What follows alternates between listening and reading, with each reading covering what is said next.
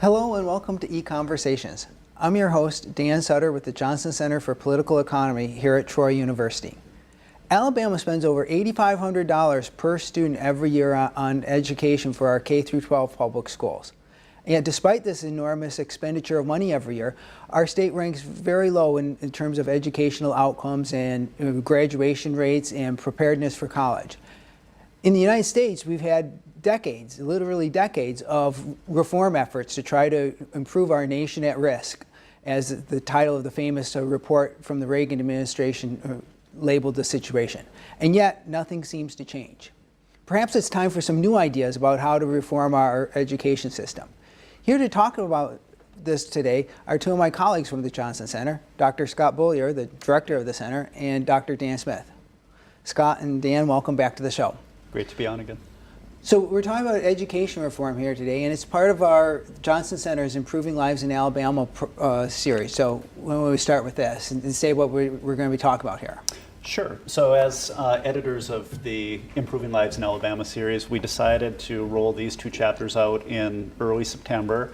The point of doing so was to just get educational issues on people's mind at the time that they're sending their kids back to school, and that was the reason behind it. And Dan wrote a great chapter on school service privatization, the millions of dollars that could save, and that savings could potentially lead to, it could certainly lead to better services for people in the school system, but it could lead to better school systems. Principals aren't worrying about janitorial services and whatnot. The other chapter was this chapter by John Merrifield and Jesse Ortiz on school choice. School choice is something that 40 of the 50 states in the U.S. have embraced already.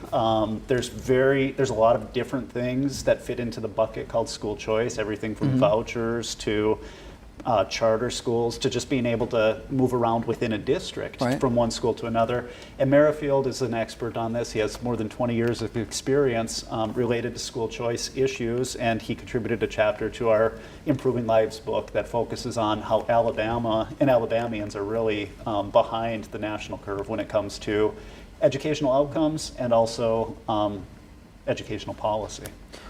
Yeah, so this chapter is edited by John Merrifield, but he's actually a nationally renowned scholar on this subject of school choice, right? That's correct.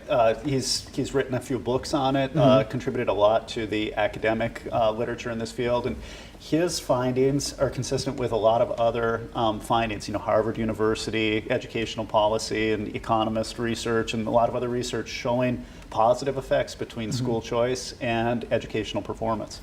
And he's also the founding editor of a journal on this topic of the Journal of School Choice, which means more to us as professors than maybe our viewers. Yep. But yes, he's a renowned scholar on this. That's right.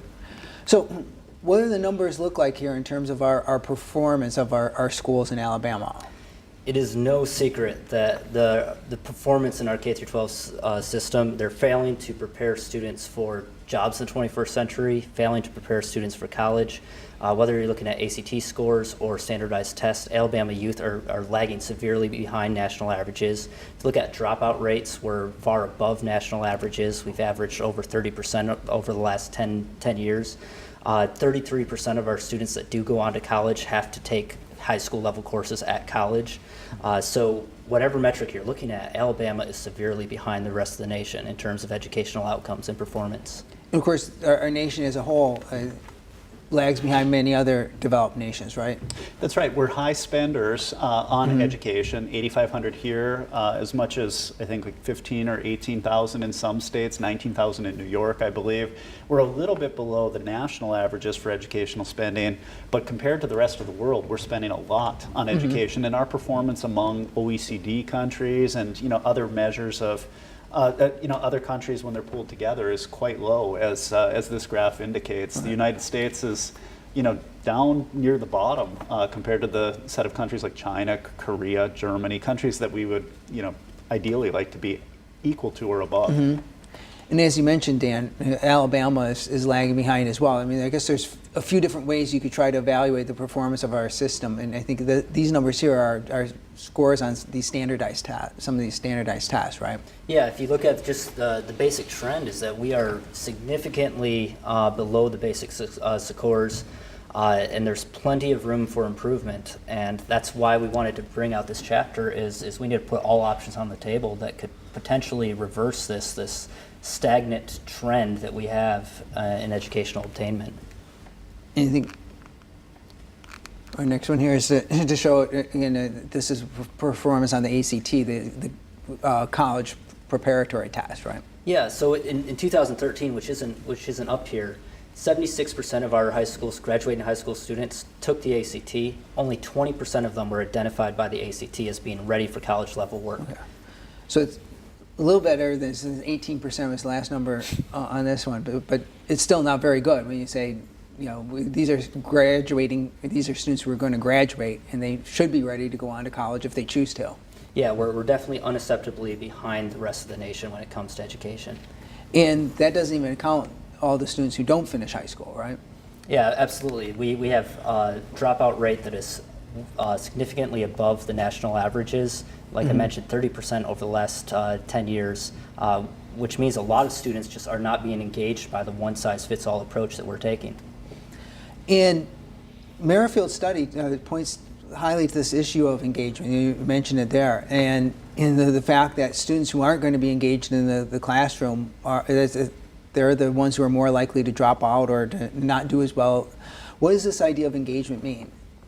Yeah, so school choice brings about many benefits, including motivating teachers, catering to diversity, and motivating and engaging parents, and creating competition.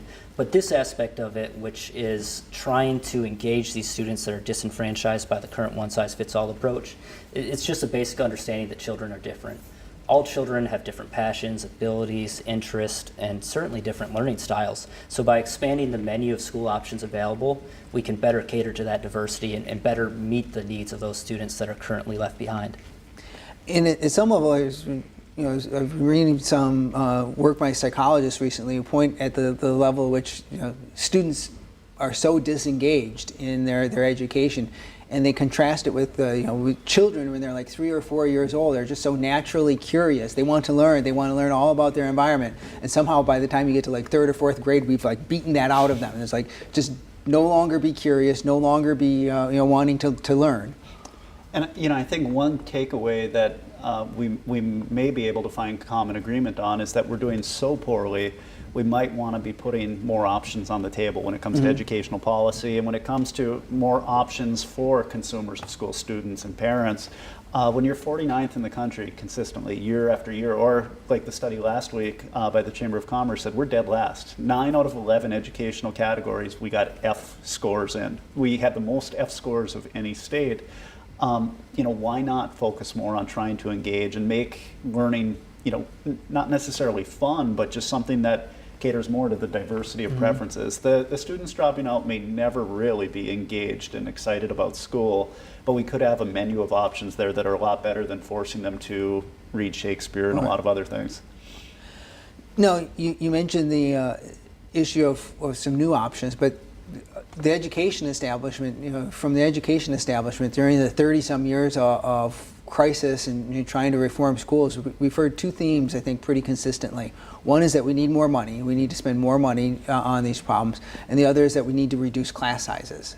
But economists have looked at both of these issues, and the evidence doesn't really back up these often repeated truths or alleged truths about how to improve education, right? Go ahead. Yeah, so we've been cycling through policies with a costly track record of disappointment.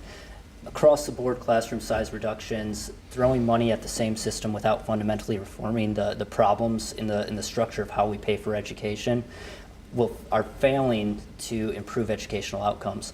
The good news is that evidence from around the nation on school choice strongly shows that improving and expanding school choice, expanding the number of schools, and empowering parents to decide which is best for their students will improve educational outcomes. But it probably would strike many of our viewers as somewhat like almost paradoxical or impossible that more money can't improve educational outcomes. I mean, surely, because you think like if you have more money to spend, you can hire better teachers, you can have more computers, you can buy new books or other types of educational materials. I mean, how is it that money fails to produce results? Well, I think results are complicated and they're driven by turning a switch on. You mentioned that natural curiosity in 3 and 4-year-olds and how it gets tapped out of you by 3rd or 4th grade. And that switch is something that's independent of money, it's independent of technology. It's, in ways either you have it or you don't. And what we're doing with the pouring of more money and resources into schools is basically making the classroom more comfortable for students. Mm-hmm. You have more technology. It's amazing what students are doing with technology, but we're not linking up that effort to make them curious and keep them curious with what we're doing. It's much more focused on the inputs as opposed to the output, which is higher test performance and mm-hmm. Just higher graduation rates and whatnot.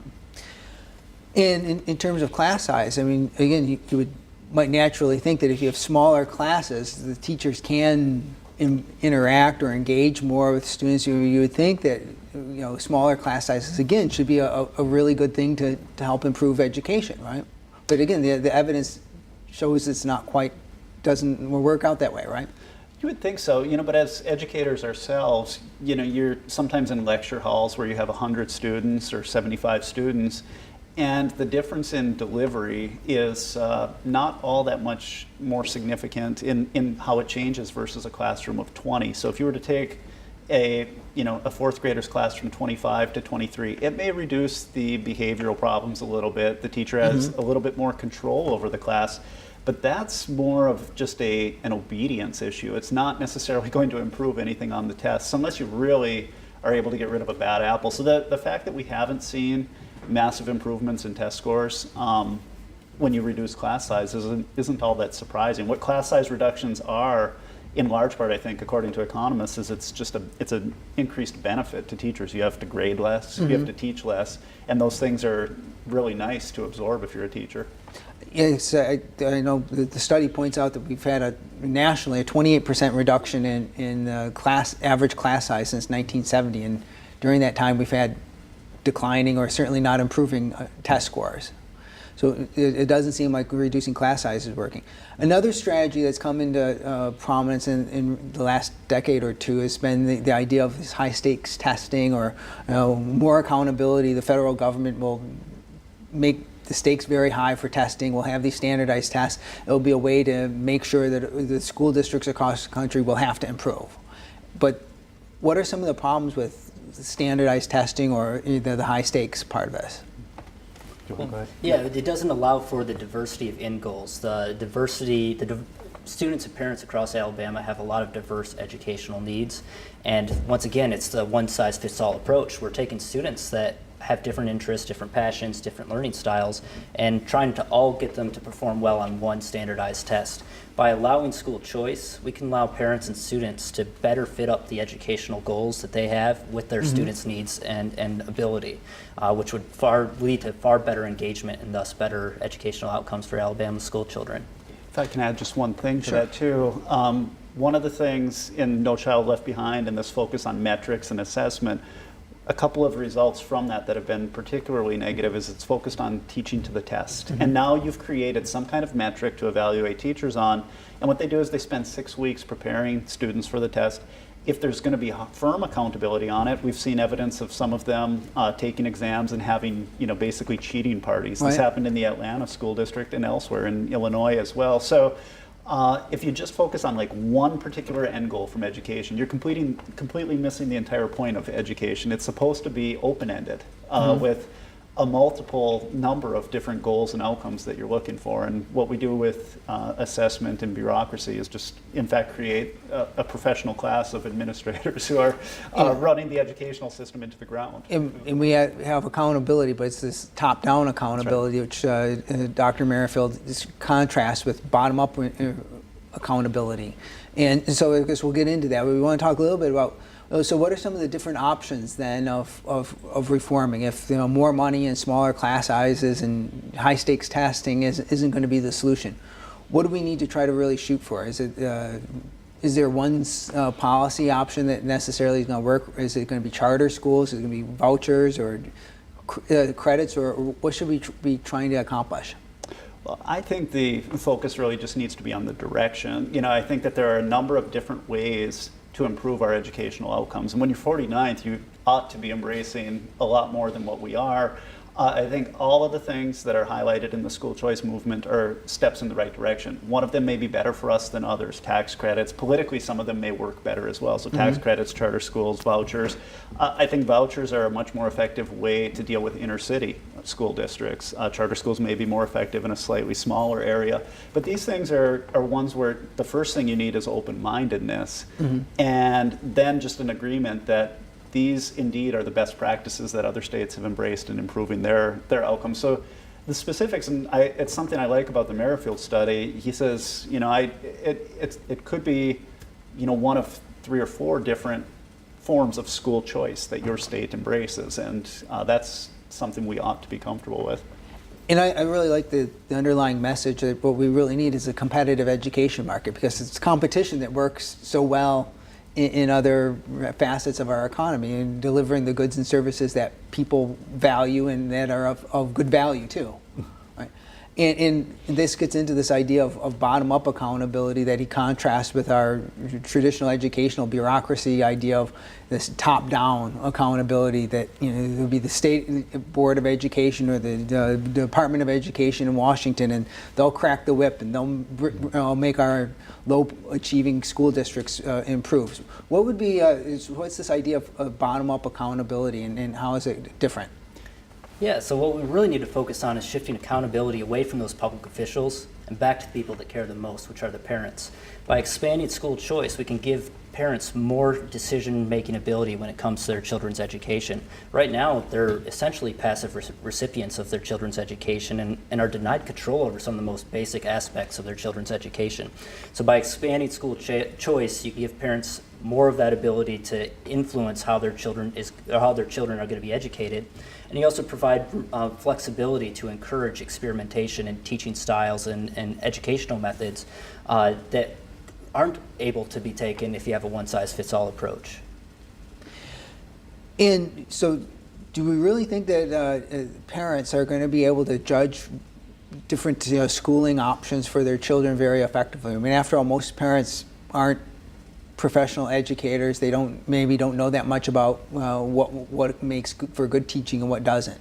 So there's always going to be some parents who simply don't change in response to the new information. What we're talking about, though, are some parents who say, I have a greater amount of freedom. I know that this school system is horrible for my son and daughter. This little bit of additional money through a tax credit or a voucher to get out of a failing school is going to mean the difference between my son ending up in prison or my son ending up in, say, a vocational job. So it's never all or nothing. It's some parents who will be affected by this quite positively, and in those particular cases, the return on just a little more freedom and empowering them is tremendous. Right now, as Dan said, it's amazing to what extent their lives are being controlled by public officials and school administrators. They don't have any say in, say, the school calendar each year. That's not something that is arrived at through consensus. It's just, here's your calendar, this is when your son needs to come to school. If you're in a failing school, there's no exit. So I think that we'd be surprised if we were giving people a little more choice, how many would respond to it in a way that involved voting with their feet, essentially. And there are a lot of other elements of our education process that aren't really being driven by the market in any way. And that's, like for instance, the educational grouping or the age grouping of students. To think that all the eight-year-olds should be in the same classroom, even though they're at different levels of development. I mean, it's not something that necessarily parents would choose. Maybe they would want the freedom of their child to spend a little more time in third grade before trying to move on to fourth grade because they weren't quite ready to move on. You could learn at your, maybe your own pace to some extent, but it's certainly tailor things to your own preferences.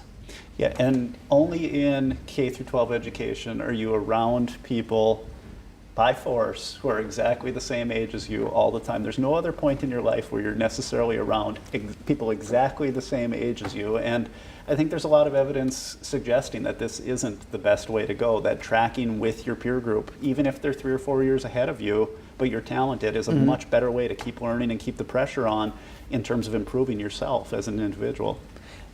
And the our study, the study here also talks about the need for a diverse menu of choices that could appeal more to educational styles. In fact, I think they were talking about some schools, a school in New Zealand or schools in New Zealand that have had success by having like a sports theme to education. And so how is that these types of options going to be more feasible or possible if we had a competitive education market as opposed to with our current system? Yeah, so competition inspires excellence. We see that in the market.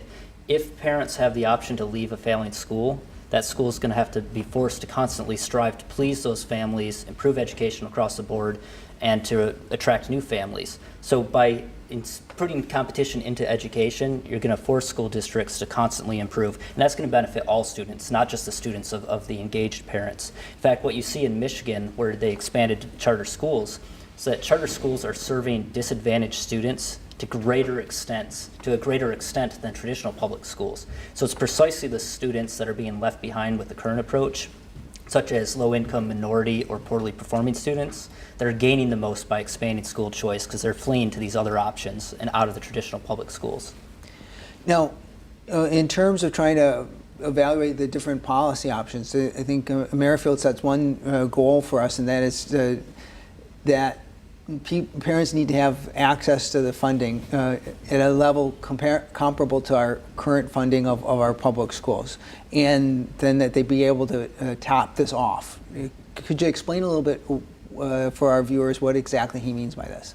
So if you think about the spending per student right now, I think it's around $8,500 here in Alabama.